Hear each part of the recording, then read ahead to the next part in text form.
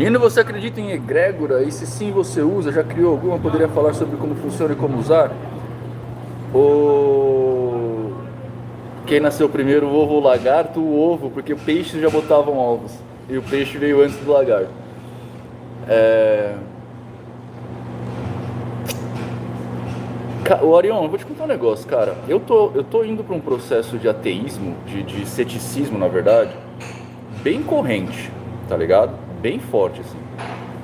Então, vocês já sabem que já tem um tempo que eu falo que eu não acredito em entes metafísicos, tarará, né? Que eu deixei de acreditar em entes metafísicos, porque eu comecei... Porque, na verdade, assim, cara, pra mim, o que acontece com essas coisas metafísicas tem tudo a ver com a nossa dificuldade de explicá-la. Então, enquanto a gente não explica, a gente precisa acreditar em alguma coisa para explicar, tá ligado? Então, a ideia do Exu, por exemplo, é exatamente isso. Eu fiquei 20 anos na Umbanda, eu acreditava bastante no Exu. E eu sempre falei aqui no canal para vocês, só tinha um fato que me fazia continuar acreditando em espírito. Vocês lembram disso? Então, só que aí eu fiz a pós e comecei a explicar esse fato também. Então, tipo, e expliquei inclusive no canal do Gontijo. Então é assim, eu ainda observo esse lance de energia, porque tem algumas coisas que a gente diz que é a energia que faz, que eu ainda não consigo explicar. Então, mas eu confesso que minha fé nisso está muito abalada. Está muito abalada. Beleza? Mas em teoria, egrégora seria um conglomerado energético. Nas mitologias que usam isso, nas mitologias mais orientais, gregas e tal, eles falam que tipo, o pensamento extrapola a energia. Essa energia é metafísica, não é uma energia física, tá? Não é tipo energia elétrica, tá? É uma energia imensurável. Então, quando você pensa, você extrapola essa energia. Extrapolando no sentido de sair de você. Você consegue aglomerar essa energia. E aglomerando essa energia, você tem resultados. Essa aglomeração de energia é uma egrégora, tá? Isso segundo a lenda dos caras, né? Demônio, sexo e agora treta são as coisas que mais vendem, por assim dizer. Dá certo mesmo. Fala, Dona Elga. A Dona Elga publicou... Elga, você publicou fez um stories lá do rito coletivo. Foi bem legal, cara. Obrigado. Do rito aberto, né?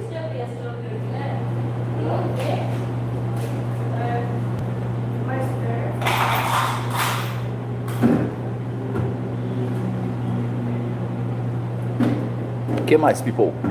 Tem pouca gente hoje. Esse papo também já rendeu tudo que tinha.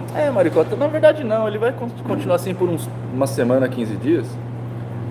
Aí se a gente continuar não dando treta, ele vai ver que não tem muito o que fazer. Porque sabe o que ele quer? Bom, deixa, eu não vou falar disso. Fala, Angelina. Anelissa, como é que você tá? Lene Farabotti. Saudade de conseguir participar das lives. Seja muito bem-vinda, Anne. Ou deixar de acreditar favorece o processo na magia? Como equilibrar esse momento o ato em si? Cara, isso é uma outra coisa que é bastante difícil das pessoas mais leigas entenderem. E eu não tô falando leiga de magia não, cara. É leiga da vida, tá ligado? Porque assim... A gente consegue dividir o ser humano em dois grandes pedaços, tá ligado? Tem a parte sentimental do ser humano e tem a parte racional do ser humano, beleza? Todas elas acontecem no mesmo lugar, que é o cérebro. Nada de coração, coração é figurativamente falando. Tudo acontece no cérebro, mas a gente separa, porque a gente tem uma parte emocional, a gente tem uma parte racional. A gente pode chamar de ego e superego, de id, superego, enfim, os nomes não importam. Quando a gente entra num rito mágico, o que a gente está fazendo é deixando o lado emocional fluir, tá ligado? Quando o lado emocional flui, você acaba não pensando nessas questões de deixar de acreditar ou acreditar. É só o emocional que está acontecendo. É um momento catártico que a gente vai chamar na psicanálise, tá ligado? É uma catarse. E essa catarse, ela proporciona coisas muito legais. Ela é estudada desde muito na psicanálise. Agora, quando eu estou falando de atendimento ao público, por exemplo, que é o meu trabalho, quanto menos eu acredito, mais eu consigo fazer as coisas. Porque quanto menos eu acredito, mais eu busco ferramentas para fazer as coisas, entende? Então, quanto mais eu tenho essas ferramentas, melhor fica meu atendimento. Existe um pano de fundo neste tema, que é a carência humana e o medo de que é incompreensível, tudo isso para se sentir seguro. Existe muita coisa, cara. Na verdade, a questão da gente acreditar ou não em alguma coisa tem muito a ver com a nossa necessidade de segurança, no sentido de se prevenir de predador, tá ligado? A gente cria essas entidades, primeiro porque a gente precisa explicar as coisas para que a gente se sinta confortável, porque a gente se sente desconfortável quando a gente não sabe. E segundo, porque a gente tende a... que é uma grande ferramenta evolutiva, a gente tende a sempre pensar na reação de uma ação nossa, ou na ação de um externo para a gente ter uma reação a partir daquilo. Isso é chamado de dispositivo imperativo de detecção de agência, tá? Então, a gente cria essas entidades porque a gente basicamente não sabe o que está acontecendo. Só que aí é que está o grande problema. Algumas pessoas preferem acreditar, criar essas entidades e acreditar. Eu prefiro pesquisar e descobrir. Entende? O menino me estragou. Interessante, a crença se torna real por alguns instantes, pois tem uma função específica.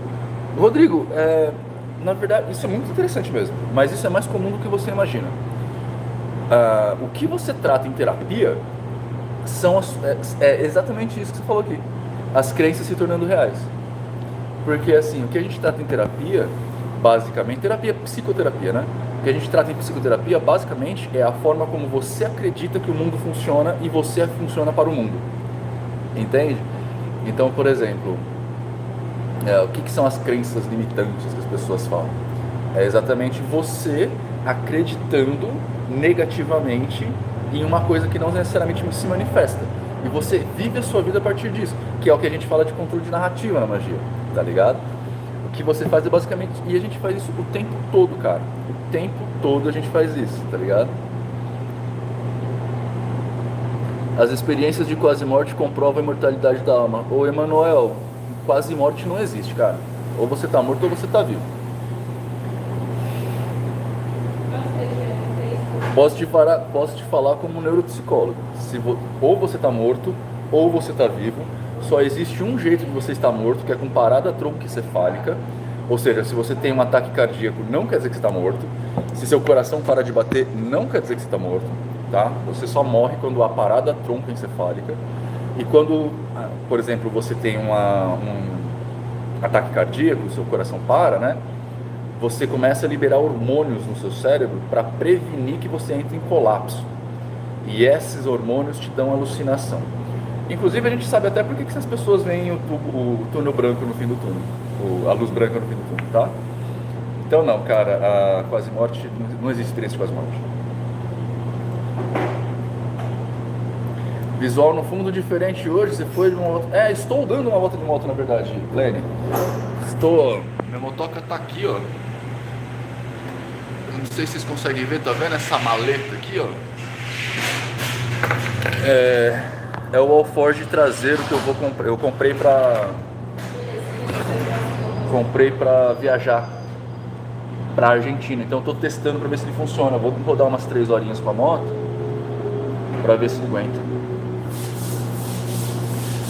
Você já ouviu a história do Divaldo que viu a avó dele do jeito que ela foi internada sem conhecê-la? Segundo ele, disse algumas coisas a ele e se figurou verdade. Não ouvi, Levi. Fala, Zizi Tibola. Que prova, Annelise?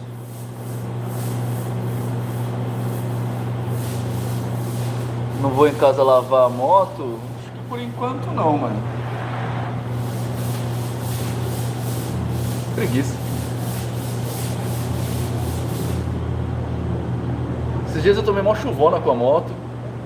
Desculpa os erros de português, sem problema, Levi. O que importa é você saber que está errado e tentar se corrigir no futuro. Fechou? É que às vezes fica difícil de entender, cara. Aí você tem que me entender que fica difícil de te entender, tá ligado?